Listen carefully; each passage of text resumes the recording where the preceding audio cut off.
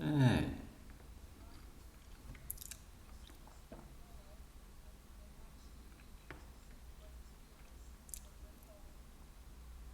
Okay, shall I make a start, Rachel? Okay.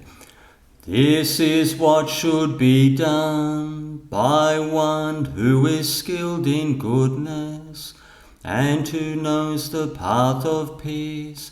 Let them be able and upright, straightforward and gentle in speech, humble and not conceited, contented and easily satisfied, unburdened with duties, and frugal in their ways, peaceful and calm, and wise and skillful, not proud and demanding in nature. Let them not do the slightest thing that the wise would later reprove, wishing in gladness and in safety, may all beings be happy, whatever living beings there may be, whether they are weak or strong, omitting none, the great or the mighty, medium, short or small, the seen and the unseen, those living near and far away, those born and to be born, may all beings be happy. Let none deceive another, or despise any being in any state. Let none through anger or ill will wish harm upon another, even as a mother protects with her life her child, her only child, so with a boundless heart should one cherish all living beings, radiating kindness over the entire world, spreading upwards to the skies and downwards to the depths, outwards and unbounded, free from hatred and ill will, whether standing or walking, seated or lying down, free from drowsiness. One should sustain this recollection. This is said to be the sublime abiding, by not holding to fixed views, the pure-hearted one, having clarity of vision, being freed from all sense desires, is not born again into this world. Okay, so it's okay for me to continue, Rachel?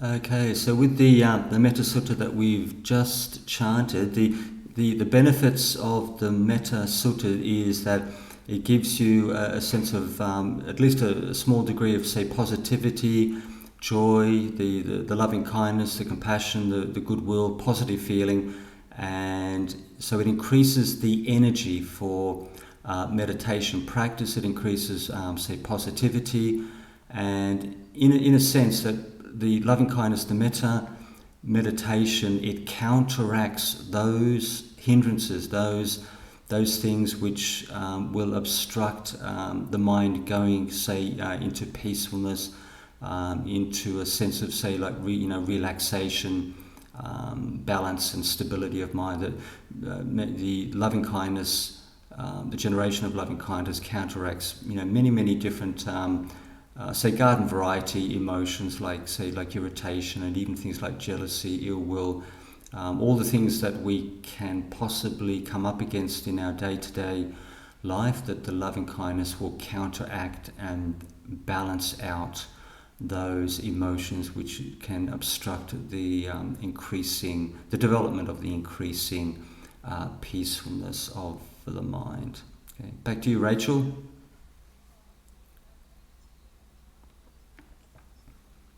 Okay, thank you kindly, Rachel, for setting everything up. Beautifully done. Okay, so with the development of the meditation practice, so that every single one of us, we all have different reasons to come to the path, the practice of meditation, and every single one of you knows just how how busy and how demanding and how potentially stressful one's working life, one's family life, and especially with the whole COVID pandemic experience, there's a lot of pressure on people in many, many different areas. And by the development of meditation, that it increases our potential to deal with stress, to deal with difficulties, and to develop the insight knowledge, the understanding and awareness of how to deal with all the stuff that is coming our way with our day-to-day experience.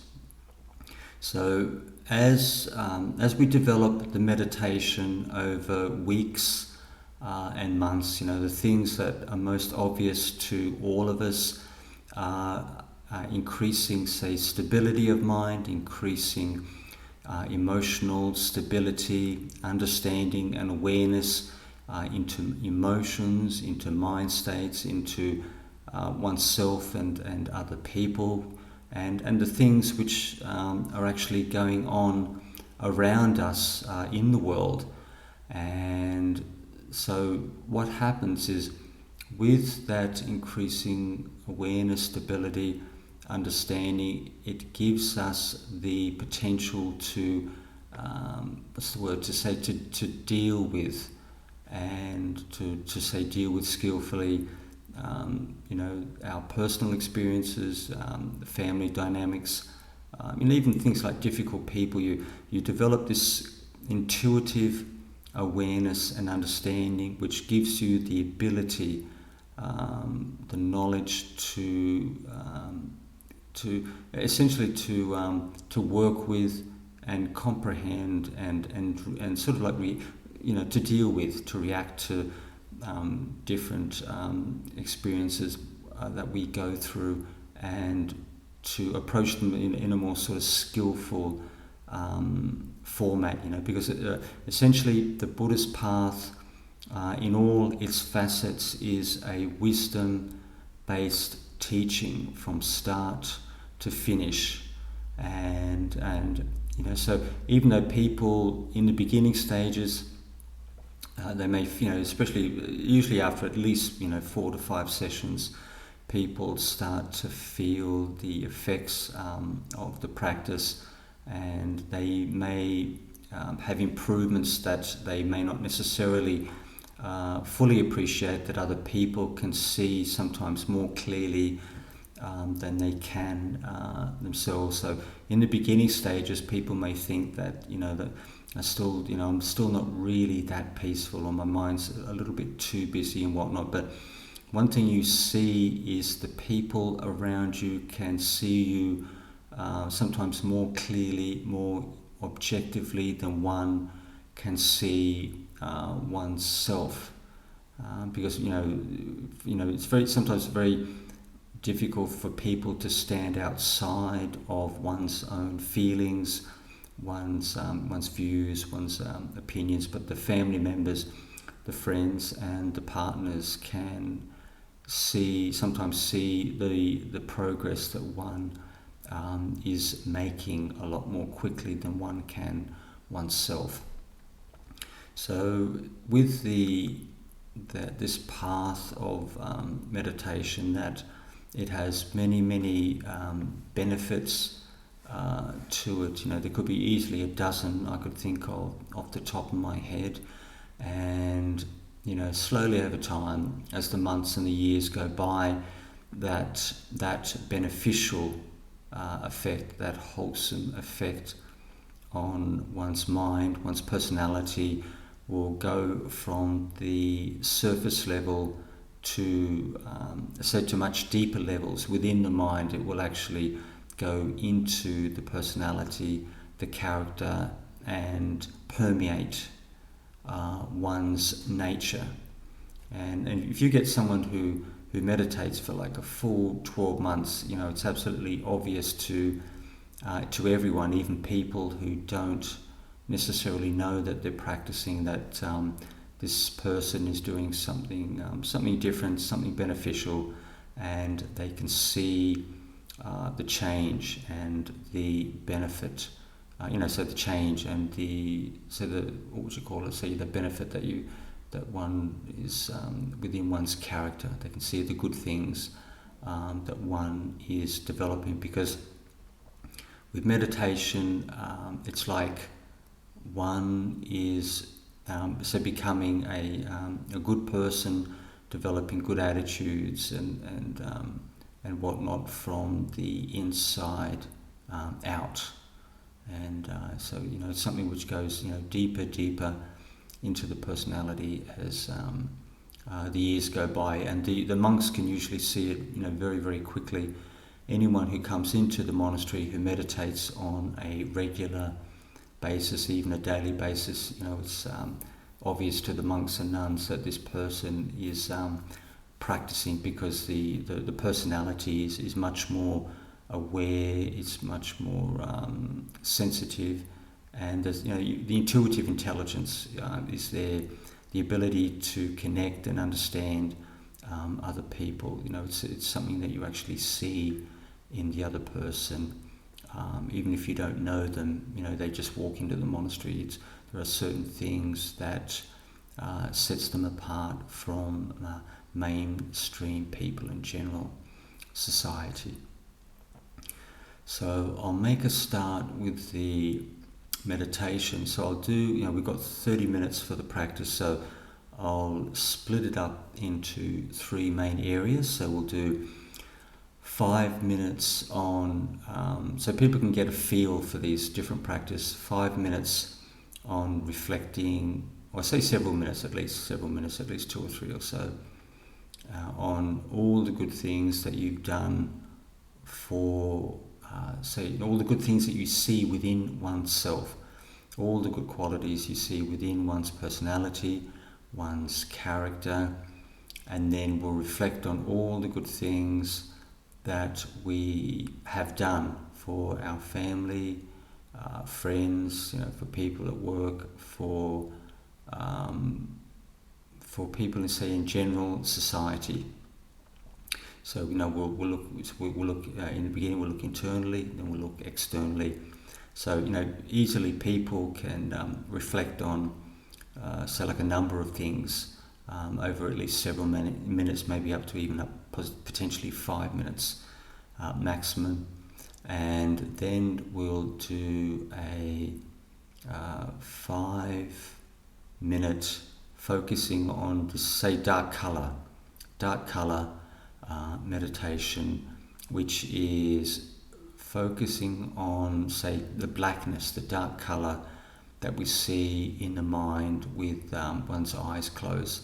So this is a very very easy kind of practice for raw beginners, even for intermediate, for advanced people, and the reason it works so well, as I've mentioned previously, that it draws your attention away from the physical body, from thoughts, from feelings, and it's a very, very neutral practice, and it allows people to calm down actually more quickly than virtually any other practice that I've seen.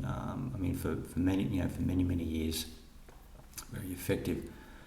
And then after we do that, we'll go to the breathing meditation, and we'll use a fairly narrow focus, focusing, say, around the mouth,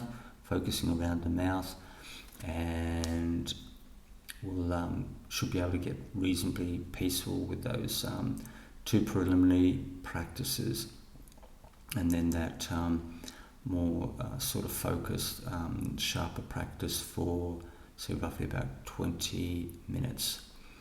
So with the beginning instructions, if we close our eyes and just check one's posture, make sure that you have your back straight, your head is upright and comfortable, and you've got nothing tied around the throat, around the waist, around the wrists, nothing tied around the body to restrict you. And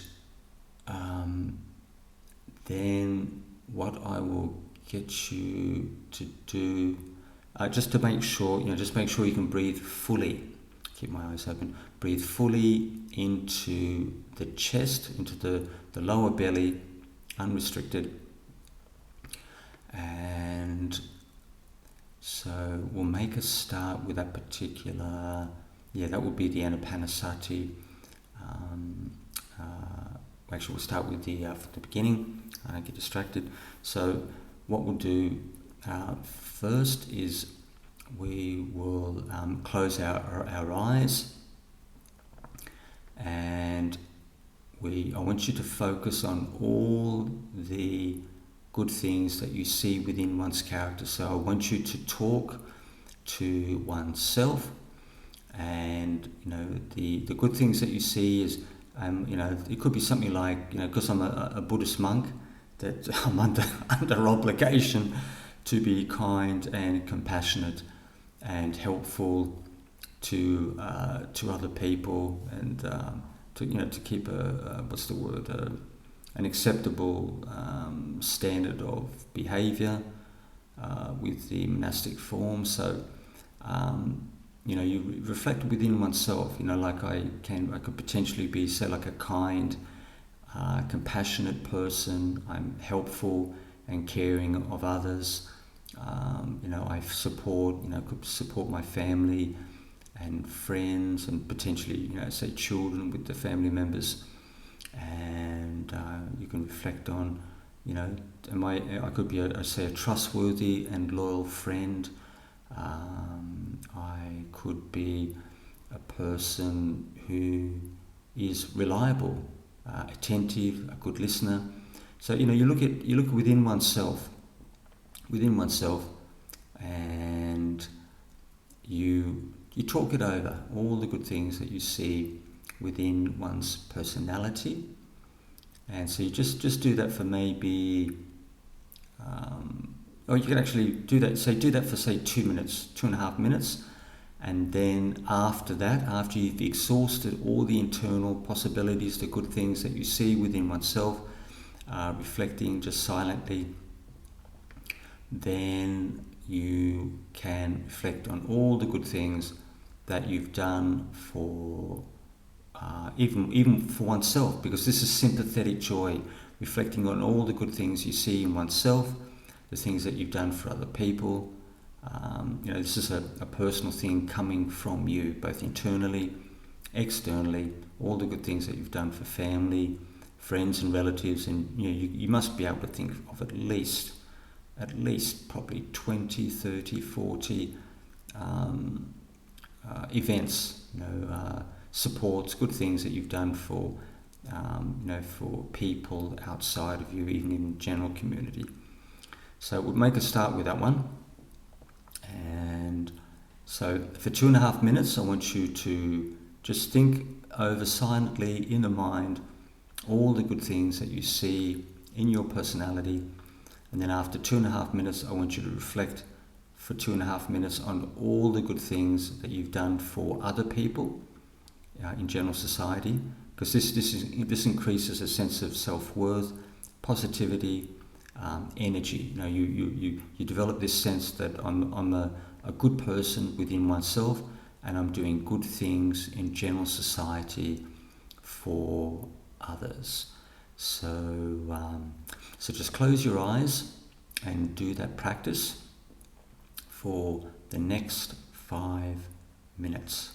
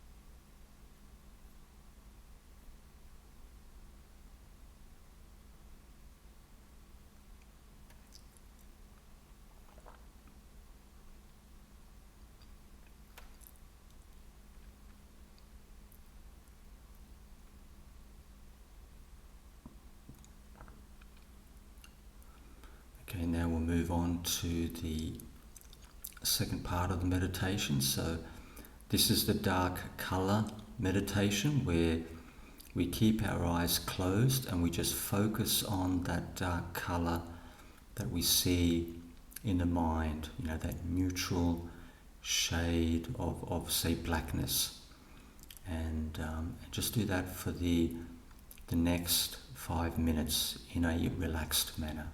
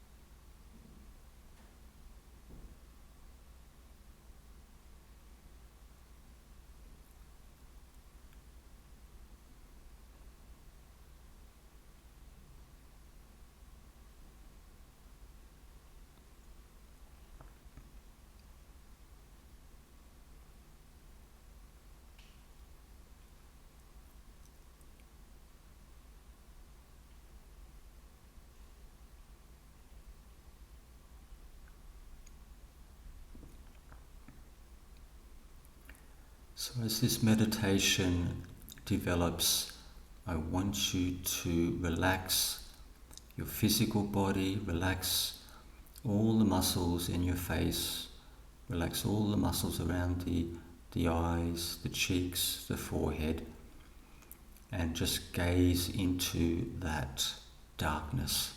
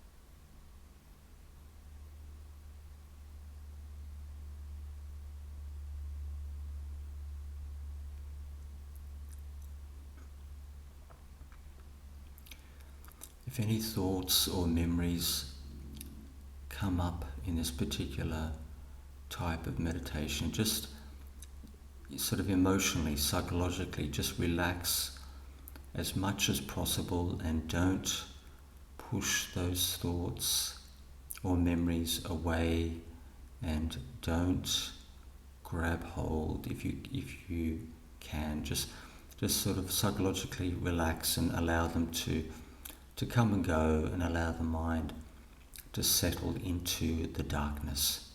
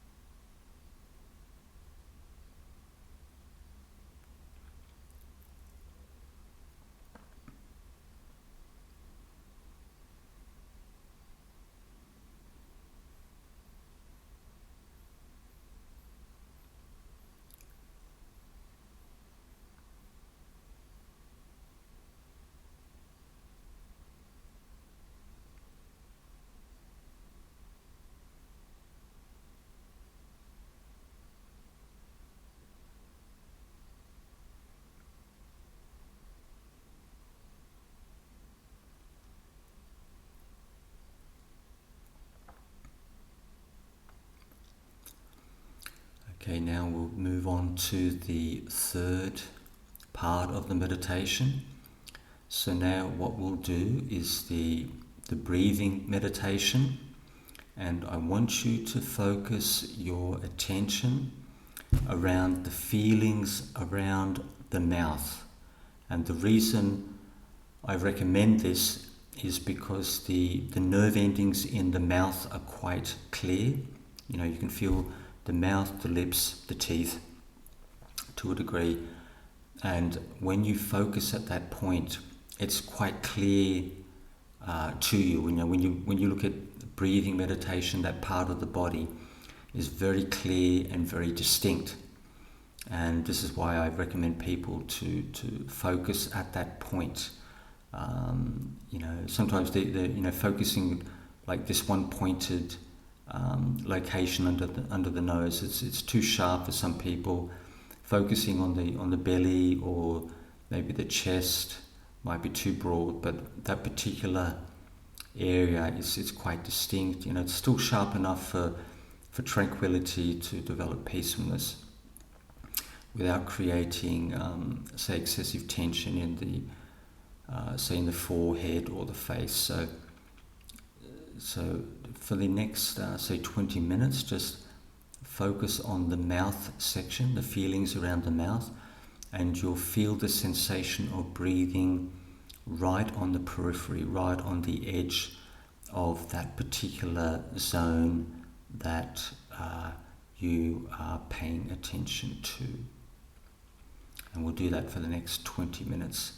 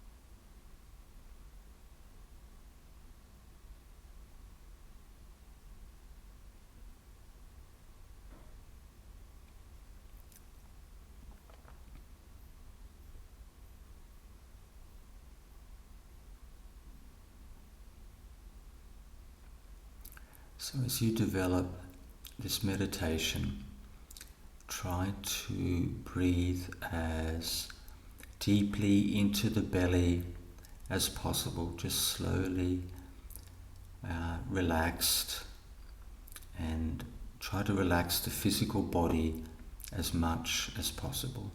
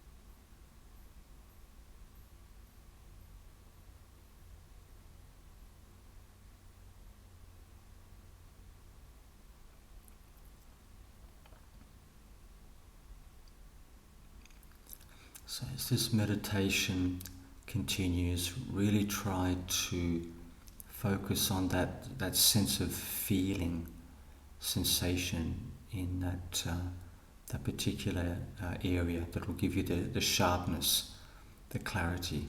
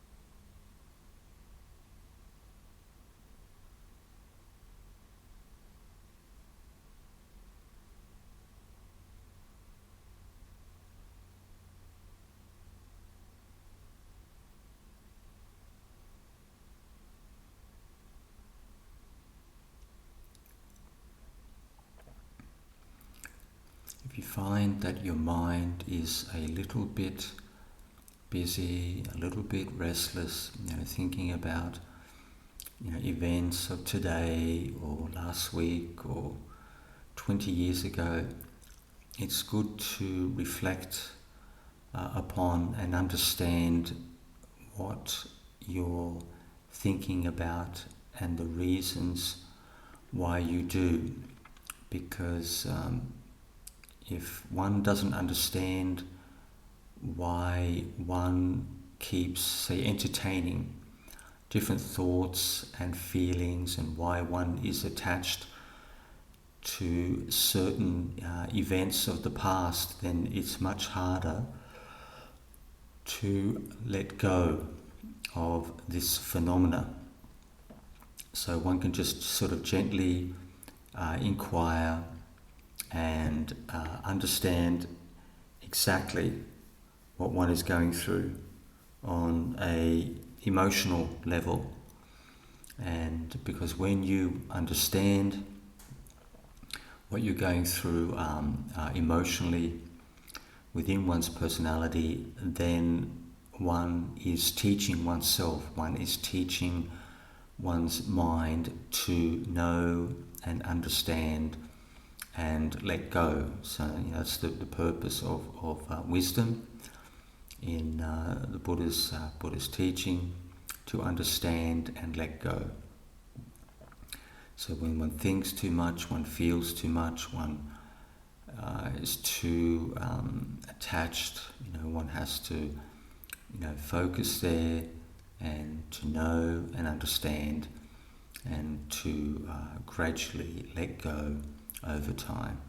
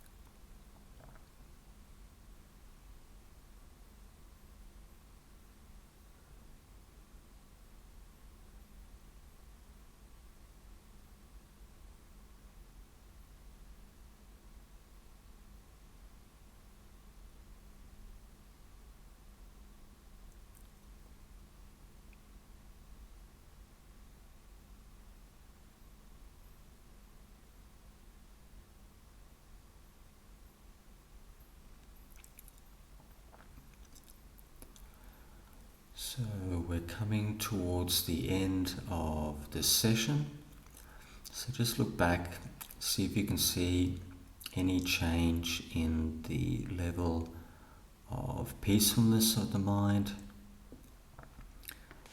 And when you're ready, you can open your eyes.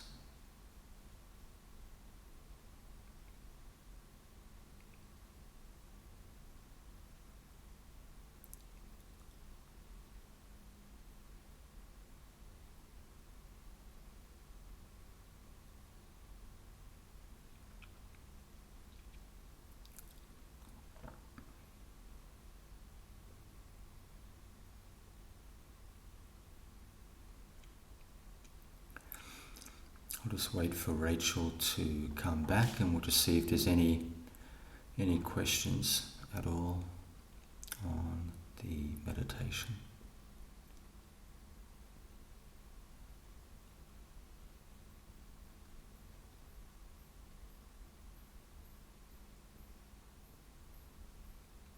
Sorry, the what?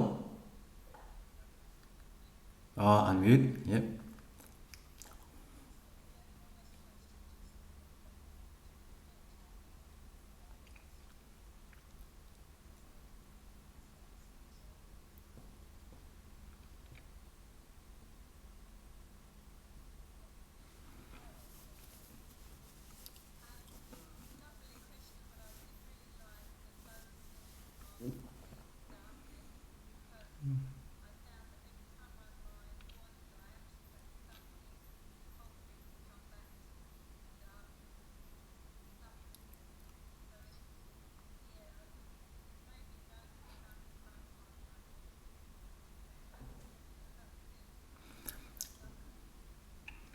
Yeah, that was actually passed to me by a gentleman called Scotty who now lives in the Philippines because he'd been trying to meditate for a number of years and with the breathing meditation, walking meditation, but that particular one, because it was so very, very neutral, worked very, very, quite well for him.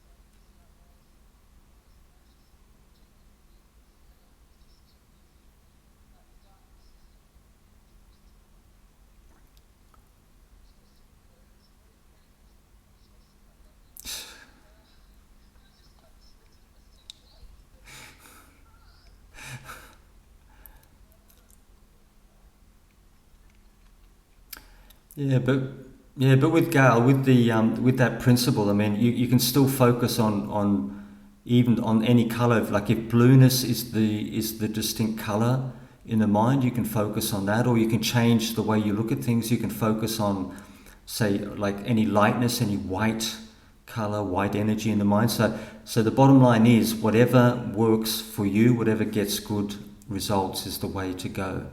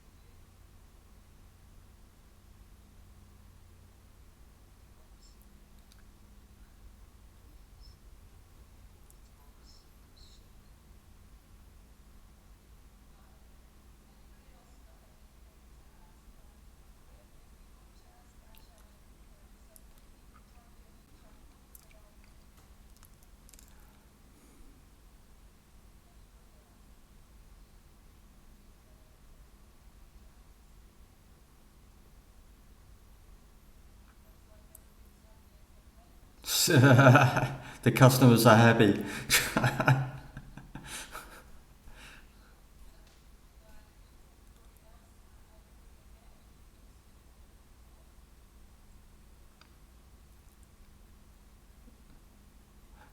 Sorry, did you have any particular subject?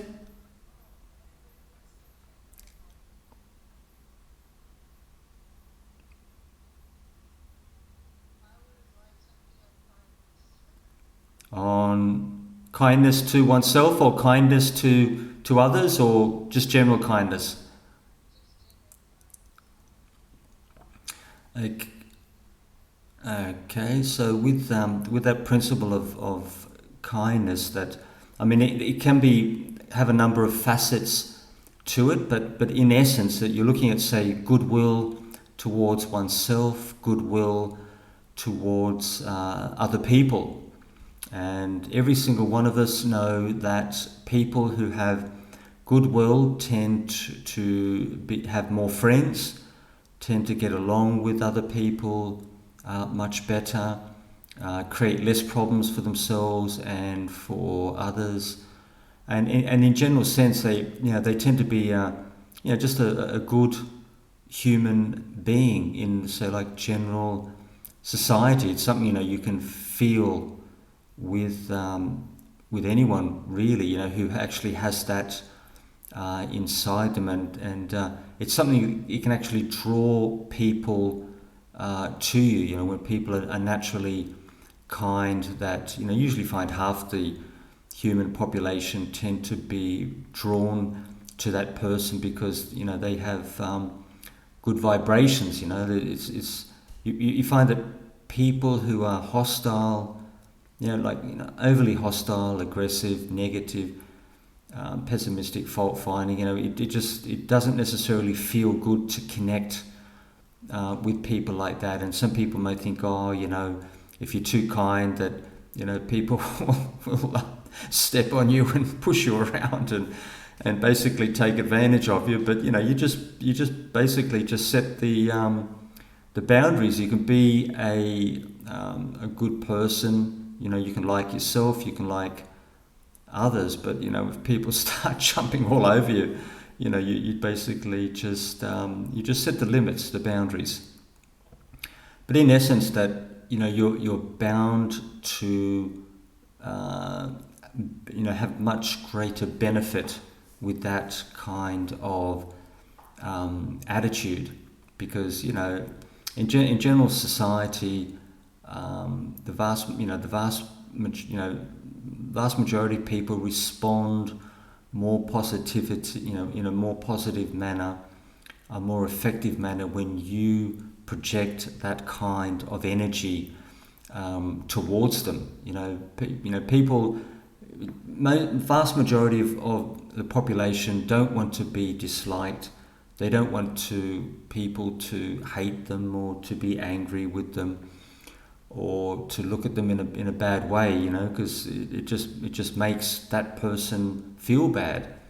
And the vast majority, the majority of the population, they're motivated by positive feelings, feeling good. So if a person has good vibes, is friendly, helpful, it's gonna get you a lot further than being forceful and loud and aggressive and pushy, and this kind of more that kind of format. What's the word? The carrot.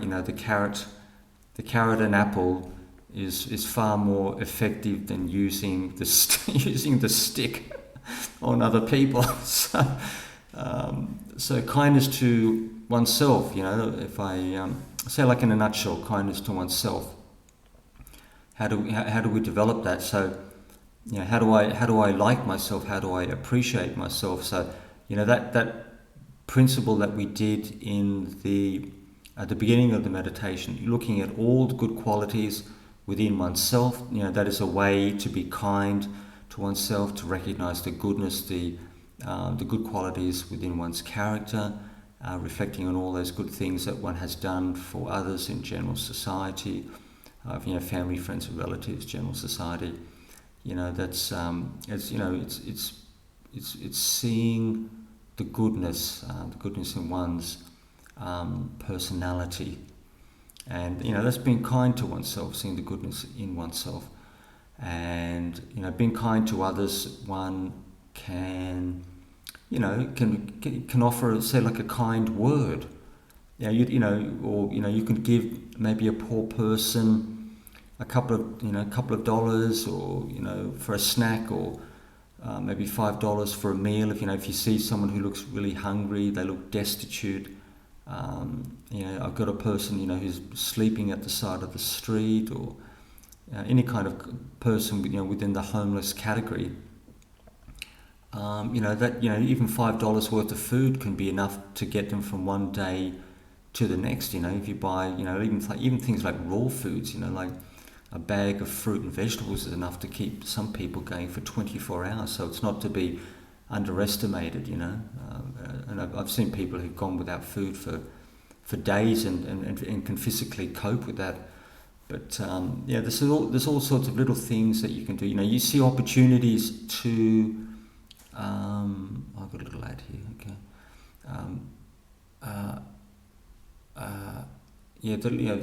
When you see different people, and you see the circumstances that they're in, you will see ways and means to assist them, either in small ways or big ways. There could be someone that you could give advice to, or you could see an opportunity to help them or support them in some way. All of us can see this, over time. When we contact different people, you see, like with myself, if I see an opportunity to help somebody, I just go right ahead and do it. I don't think too much. In my position, I don't have much to lose. I don't have much to risk by extending myself with others. I've got virtually nothing to lose in the position I'm in. But each person has financial limits, emotional limits, time, energy, all the rest. But you just make it a point every single day, go out of your way to help someone, and then maybe as the days go past, you help 2 people, 3 people. You just do what you feel comfortable with, and you can feel good about that. You can rejoice in that. Being of benefit to others. There was that classic tale of in a nutshell, there was an older lady living on the North Shore in a big mansion on a big property, whose husband had passed away, and there was a family next door. Husband was a businessman. I think his wife might be working part-time with 3 children, and each morning the mum of the family would take the milk and the bread and the newspaper up that older lady's long driveway, and because she had arthritis, and placed it at her doorstep. And she did that for at least 2 years, 2.5 years. You can check it out on Google, it might be there. And she wasn't out to get anything from that older woman. She knew she was in pain. She had knee and hip pain. So it was a nice thing to do. So, and what happened was that elderly lady, she passed away, and she had no family, no children, no relatives, real sort of close relatives to speak of, and she bequeathed that property, which was on the North Shore and was worth, a bomb. It must have been worth absolute minimum $2 to $3 million at a guess, and she bequeathed that, say, $2.5–3 million property to that lady, that family, just that act of kindness, taking the milk, the bread, the newspaper up each morning for a couple of years. And then you see the power of the karma, that wholesome karma, supportive karma, and then you really see what it can do. When you do something good for someone, it can come back to you. It could easily come back to you, in your own lifetime. It could come back a dozen times. It could, if it's really big, it could come back 100 times, 1,000 times over several lifetimes. It's something that the Buddha spoke about in the sutras. You can do a word search, say on merit, on good karma, And they're talking about coming back 1,000 times, 10,000 times. If you give to the Buddha and the community, you can't calculate that level of merit, how many times it comes back to you. And so there was a little window there about, was it hindrances, was it? Hindrances in meditation from someone. Was it Bob? Bob, let me just flick through. See if I can see Bob. Bob, did you ask about hindrances in meditation, Bob? Okay. All right. So, as all of you know, the major categories, in a nutshell, so we have 5 hindrances, which are obstructions to, say, very, very deep, tranquil samadhi, and that is sensual desire. Number 2 is, say, anger or aversion. Number 3 could be restlessness and worry. Number 4, hiriotapa? It's like worry and scruples, worry and, say, moral infringement of moral values. And number 5, skeptical doubt about the teaching, about what you're doing with your practice, especially with one's practice, with one's life. That skeptical doubt is in essence, to be quite specific and accurate, it's about the path. It's about the teachings, the Buddha's teaching. That's why they call it skeptical doubt. It's about the Buddha's teaching, essentially the path of practice. So in brief, sensual desire is all those things in the world that we like, that we enjoy, that we rejoice in, that we're attached to. Just the obvious things can be food. It could be things like nice food. Good quality restaurants and the company of people that we really like. Could be nice cars. Flash homes. Anything you can possibly think of that you love and enjoy, and gives you a sense of say, well-being, enjoyment, and like pleasant feeling. It's something you really like to do, you like to enjoy, company of good quality people.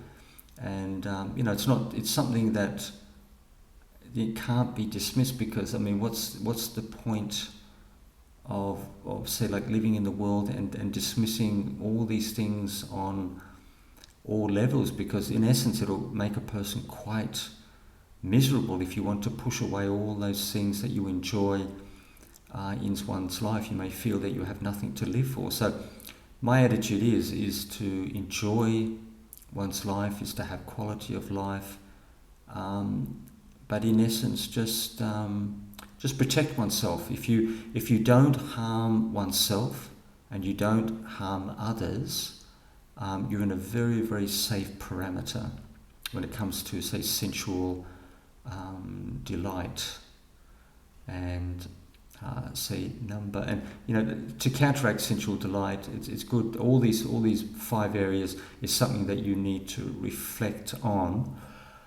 So come to an understanding of, and say number 2, the anger and aversion can be balanced by, say, loving kindness, compassion, sympathetic joy. That developing that sense of goodness, recognition of goodness in oneself, what has done for others, even the sense of goodness in other people. All the good qualities of the people that you have around you. Meditators tend to be much more sensitive, much more intuitive when it comes to other people, with their vibrations, their moods, and this and that. And so what else can we do for so ill will, but also reflections on karma.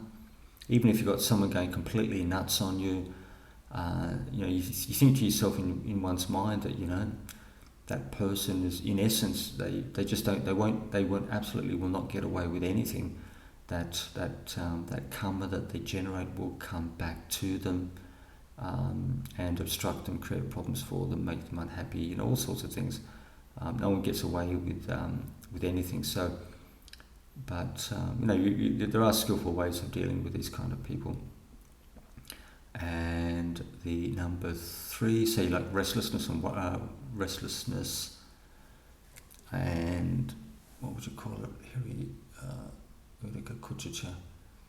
It could be like, say, like restlessness and, well, I think it's more like mental worry. So like restlessness and agitation of mind. But in essence, that one has to understand with all these 5 areas, what one is going through and why and where and how. And it's very difficult to let go of anything if we don't really understand what's happening. And so, but in essence, say like restlessness, distraction, is so like it's something which you, in essence, there are sort of things that one can do, but the bottom line is you've got to understand why. There could be a dozen ways of working with this, but each individual has to understand why we feel and think the way we do. Each person knows themselves better than anyone else, and one has to understand how one ticks in order to become free from these hindrances. So the 4th one is concerned with, say, like moral precepts and scruples. And so when one, say, has infractions of moral behavior, one does things which are tricky or dodgy or sneaky, or rips people off, it sort of breaks, like the 5 precepts, or lives one's life in a say like unwholesome manner, then one will feel that there's going to be an effect. So if I don't do anything dodgy or sneaky, it's going to come back on oneself. One is going to feel the effects of that behavior, because the mind and the body and the universe works on natural laws, and every move that we make will have an effect in our world. It's like our world. Our how can I explain it? Our mind, it teaches us that the moods, the feelings we have, they are our teachers. So if I move in a certain direction and it doesn't feel good, or it gives rise to bad results, then you've got to pull back. You've got to really reflect on what I am doing and why. The benefits and drawbacks.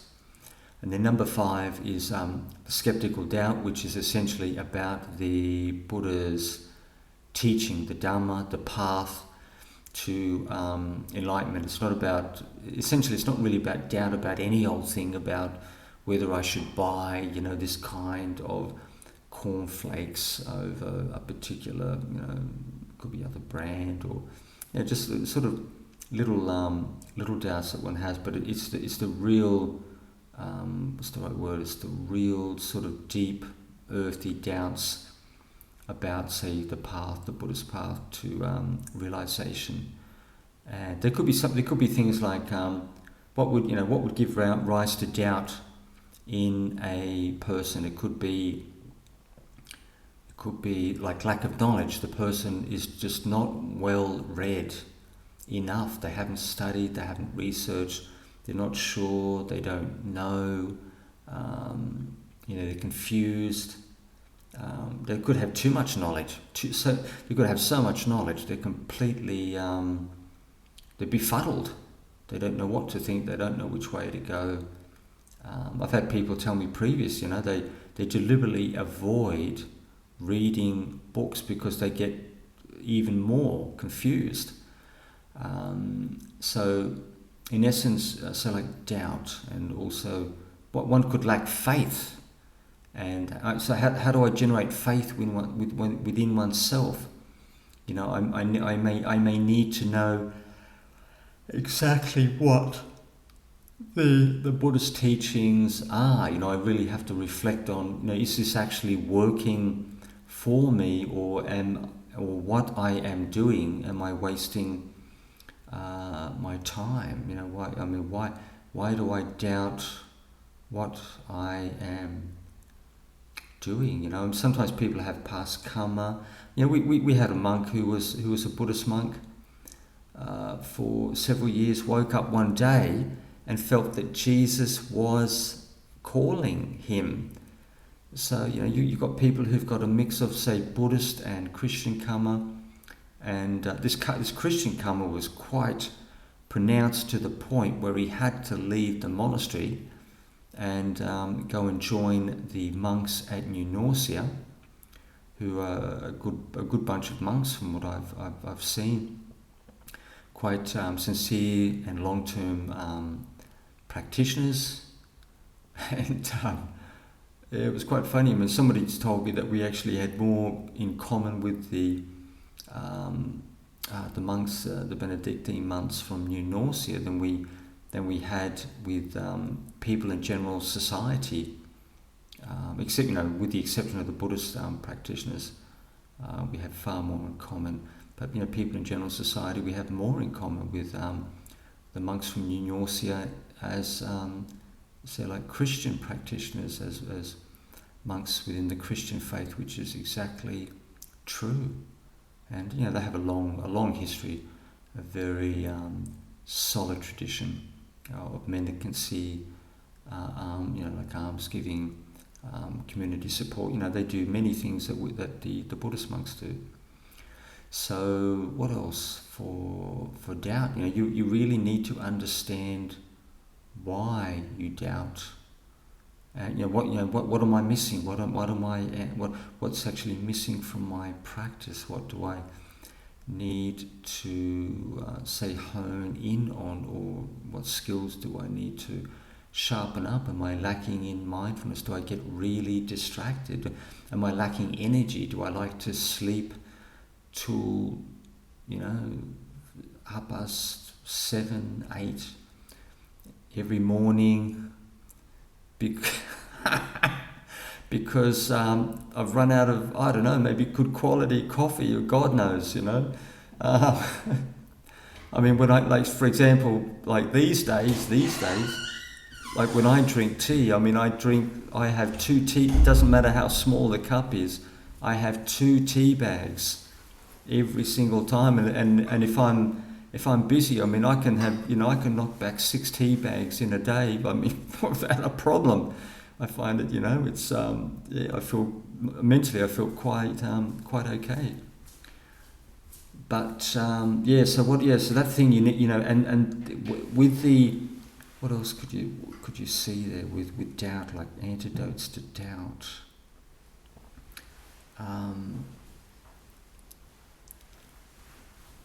Yep. Oh, it might be best if I wrap up. Rachel, George, should we hand back to you so you can finish things off?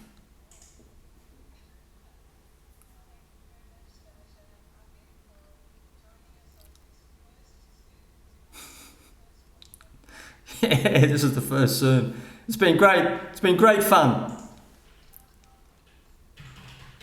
Sadhu.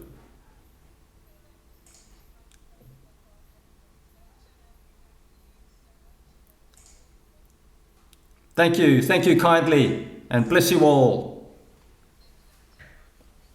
Okay, take care. We'll catch up with you all later.